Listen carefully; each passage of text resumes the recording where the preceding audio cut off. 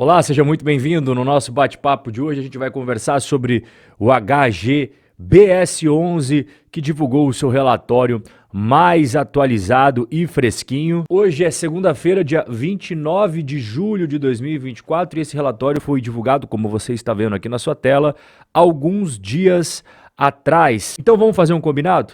Você vai deixando o dedo no like para dar moral para mim aqui e também se inscrevendo no canal para não perder nenhuma atualização, enquanto eu vou entrando de sola, já trazendo a primeira informação sobre o pagamento de dividendos. Ele pagou R$ 1,75 por cota no dia 12 de julho, alguns dias atrás. Portanto, esse dividend yield mensal é de 0,83%. Antes da gente entrar de cabeça nos fundamentos, temos que ver se ele passa pelos nossos filtros iniciais. São três. O primeiro, número de investidores. Atualmente, ele tem mais de 122 mil cotistas, então ele passa tranquilamente no nosso primeiro critério. O segundo critério é o número de negócios na bolsa, e ele tem mais de 5 mil negócios por dia. Também atende o segundo requisito. Vamos ao terceiro e último. Quanto que esses negócios giram de grana diariamente na B3? Mais de 4 milhões de reais. Então ele passa tranquilamente pelo primeiro, segundo e terceiro filtro, portanto a gente pode entrar de cabeça aqui nos fundamentos. O valor patrimonial é de R$ 226,27. No momento que eu estou conversando contigo, como eu falei agora há pouco, é segunda-feira, o pregão está prestes a terminar e ele está valendo na bolsa R$ 215,59. Então, de 226, vamos arredondar aqui para facilitar, de 226, que é o valor patrimonial, para 215, que é o valor na bolsa, você percebe aí que tem um desconto. Não é à toa que o PVP dele está abaixo de 1. Toda vez que o PVP está abaixo de 1, significa que tem desconto nas cotas negociadas na bolsa em relação ao valor patrimonial. O PVP atual dele é 0,95. Quanto que ele cobra de taxas? A taxa de administração é de 0,60% ao ano sobre o valor de mercado das cotas. Aqui essa taxa vai tanto para o administrador quanto para o gestor do fundo, né? O administrador e o gestor, ambos são a Head Investments. A taxa de performance ele não cobra. Quanto que esses percentuais se traduzem em grana? Então a taxa de administração custou nos últimos 12 meses, como você está vendo aqui, 14 milhões e 100 mil reais. Este é o valor que saiu do patrimônio do fundo, que é do cotista, para o bolso da Faria Lima para pagar o gestor e o administrador HGBS. E quem está investindo nesse fundo está ganhando dinheiro no longo prazo? Aqui está a rentabilidade acumulada do HGBS em vários momentos. Então vamos começar com a primeira comparação para você entender o que eu estou falando. Aqui é onde ele começa, novembro de 2006, é um vovô dos fundos imobiliários. Ele, deste momento até o fechadinho do mês passado, que é esse relatório fecha junho, ele teve uma rentabilidade de 775%. Aqui já contabiliza a valorização das cotas na bolsa e também os dividendos que são distribuídos ao longo do tempo. O CDI, neste mesmo período, foi 411%. Então você vê que ele conseguiu superar, por uma boa margem, o CDI bruto. É a renda fixa sem descontar o imposto de renda. Então ele acabou performando muito bem desde o início. O IFIX ele não existia naquela época. Então a gente consegue começar a comparar com o IFIX a partir de dezembro de 2010, que é aqui essa bolinha.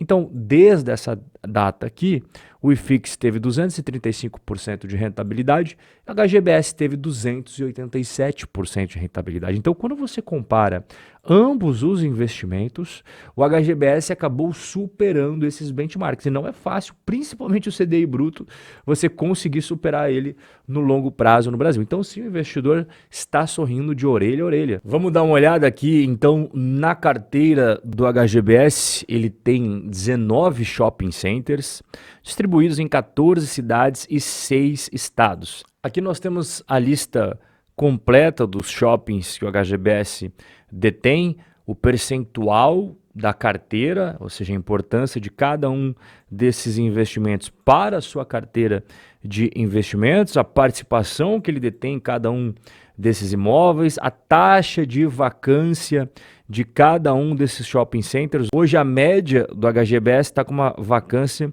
de 6%, mas é interessante se olhar individualmente, como eu sempre faço, porque tem ativos aqui, por exemplo, que você tem uma vacância irrisória, enquanto que outros, como Goiabeiras, você tem uma vacância bem elevada. O Goiabeiras está com uma vacância de 24,4%, é muita coisa. Uma coisa que eu gosto bastante do relatório aqui da Red Investments é que ele tem 50 páginas e elas são repletas de informações valiosas para você que é investidor. Olha só, por exemplo, aqui, ó, Shopping Jardim Sul, né, que tem uma participação relevante na carteira. Então eles individualizam para cada um dos shoppings as informações relevantes e cruciais para você. Então, aqui além das imagens, eles trazem aqui o resultado, quanto que trouxe de aluguel mínimo, aluguel complementar, aluguel dos quiosques, todas as receitas e todas as despesas específicas do Shopping Jardim Sul. Não são todos os fundos imobiliários de shoppings que fazem isso daqui, não. E aqui embaixo você vê o gráfico de vendas, fluxo de veículos, a vacância deste shopping específico, assim como a inadimplência líquida. Esse nível de profundidade e transparência seria legal se todos os fundos imobiliários da Bolsa tivessem, mas não é. Então é por isso que eu bato palmas aqui para o pessoal da Red Investments, que realmente faz um relatório muito bom para os investidores inteligentes que gostam de estudar e analisar detalhadamente antes de colocar o seu dinheiro nos ativos. Ele tem alavancagem? Tem dívida? Sim, ele tem. Ele está aqui com 2 CRIs a serem pagos. Um deles 105 milhões e meio e o outro 107 milhões e meio. Agora, a relação entre essa dívida, você vai somar isso daqui e dividir pelo patrimônio líquido, a relação é de 7,4%. Ou seja, a estrutura de capital, apesar de ter essa alavancagem aqui que você está vendo, é um valor irrisório, é uma estrutura de capital bem tranquila, bem segura e confortável, porque você tem um ativo deste tamanho e um passivo deste tamanho aqui. Inclusive eu vou mostrar aqui embaixo para você o fluxo de amortização. Então, como você viu aqui, a gente tem um CRI que é atrelado ao IPCA e outro CRI que é atrelado ao CDI. Neste ano de 2024, nós temos apenas a amortização do CRI atrelado ao IPCA, né? 4 milhões. Ano que vem é 8 milhões e 600 mil desse CRI IPCA e 3,3 milhões do CRI e CDI. Vamos conferir agora os indicadores operacionais. Aqui você está vendo o resultado dos shopping centers. Vale ressaltar que nós estamos agora no dia 29 de julho. Este relatório é referente ao mês fechadinho de junho, mas sempre vai aparecer os indicadores operacionais de mais um mês para trás, que seria maio. É normal esse delay em FIIs de shopping centers. Então a gente tem aqui os dados de maio, comparando com maio de 2023. Maio de 2024, maio de 2023. As vendas totais, você vai pegar todas as vendas que teve e dividir pelo número de metros quadrados que você possui. Teve um aumento, né? Você está vendo que foi R$ 1.256 em maio de 2024, havia sido de R$ 1.155 em maio de 2023. Então a primeira notícia é muito boa. A segunda é a vacância. Essa linha aqui é a vacância em 2023 e esta linha aqui é a vacância em 2024. É claro que cada imóvel tem a sua vacância distinta e aqui esse 6%, que é o mesmo 6% que você está vendo aqui no gráfico, ele é a média, né? Então acho legal você, além de ver a média, você vê aqui também, né, individualmente em cada um desses imóveis. E agora a gente vai para o NOI, que nada mais é do que as receitas menos as despesas específicas do shopping, para manter o shopping aberto e ele sempre ser competitivo. Então vai entrar aqui receitas do aluguel fixo, aluguel variável, receitas com estacionamento, mall e mídia, que são aquelas propagandas, e vai subtrair todos os serviços que existem dentro do shopping, né? Limpeza, segurança, manutenção e etc. Então, o NOI nada mais é do que esse resultado líquido entre receitas e despesas dividido pelos metros quadrados. Então, aqui em maio, o NOI por metro quadrado foi de R$ 75,00 e ele havia sido de R$ 76,00 em maio do ano passado. Então, ele não conseguiu melhorar essa métrica aqui. Eu diria que ficou no 0 a 0, né? Não teve um decréscimo, mas também não teve nenhum aumento. Foi basicamente o mesmo valor que ele conseguiu de NOI no ano anterior no mesmo mês. Vamos dar uma olhada agora então nos resultados mensais desse fundo. Então a gente vê os indicadores operacionais de maio, aqui a gente vê os resultados financeiros de junho. Aqui a gente tem 18.754.000 de receita imobiliária. Esses 15.740.000 é aqueles investimentos que ele obtém de forma direta. E aqui que ele chama de FIIs estratégicos são os dividendos. Aí a gente tem outras receitas, né? Por que existem essa diferenciação aqui entre FIIs estratégicos e FIIs líquidos? Porque aqui são os investimentos diretos naqueles fundos imobiliários que não tem assim tanta liquidez, não é tão fácil você sair, e esses outros já têm mais negócios. Então você conseguiria ter uma porta de saída um pouco maior. Então aqui é os dividendos dos FIIs estratégicos, aqui os dividendos dos FIIs líquidos. Ele também ganhou R$500 mil em CRIs, não tem LCI agora, 118 mil em renda fixa. Você vai pegar todas as receitas, vai somar, e aí você começa a subtrair as despesas. Despesas operacionais são as despesas com taxa de administração, 1.657.000. E despesas financeiras são as despesas com alavancagem, que a gente conferiu ali que ele tem 2 CRIs. Ok, então a gente vai chegar aqui no resultado operacional. Acabou? Não, ainda não, porque agora a gente vai aqui para venda, né? Ele vendeu alguma participação direta?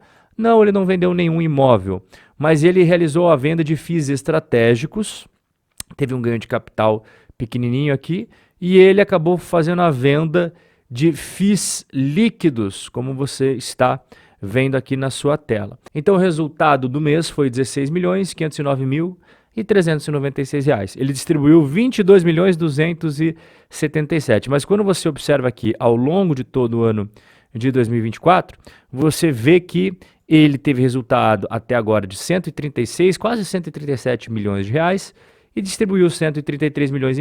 Então está super saudável. Então qual que é a conclusão da análise sobre o HGBS? Ele é um bom fundo imobiliário de shoppings? Não é um bom fundo imobiliário? Sim, ele tem selo de qualidade, é um bom fundo imobiliário de shoppings. Ele tem várias participações, como você viu. A taxa de vacância ali de todos os shoppings, na média, 6%, é bem baixinho. Ele conseguiu, no último mês de maio, alguns indicadores operacionais, como as vendas, dar um up. O NOI acabou não tendo uma melhora tão grande assim, pelo contrário, ficou flat, estabilizado. Ele tem dívidas, tem alavancagem, mas é uma alavancagem super tranquila, é irrisório perto do tamanho do seu ativo. Aproveito para te convidar a conhecer a RC Wealth, a minha consultoria de investimentos. Primeiro link aqui embaixo na descrição, você vai clicar e abrir essa tela que eu estou te mostrando. Você vai clicar neste botãozinho azul aqui, ó, e vai colocar o seu nome, o seu e-mail e o seu WhatsApp. Depois é só clicar nesse botãozinho azul e pronto.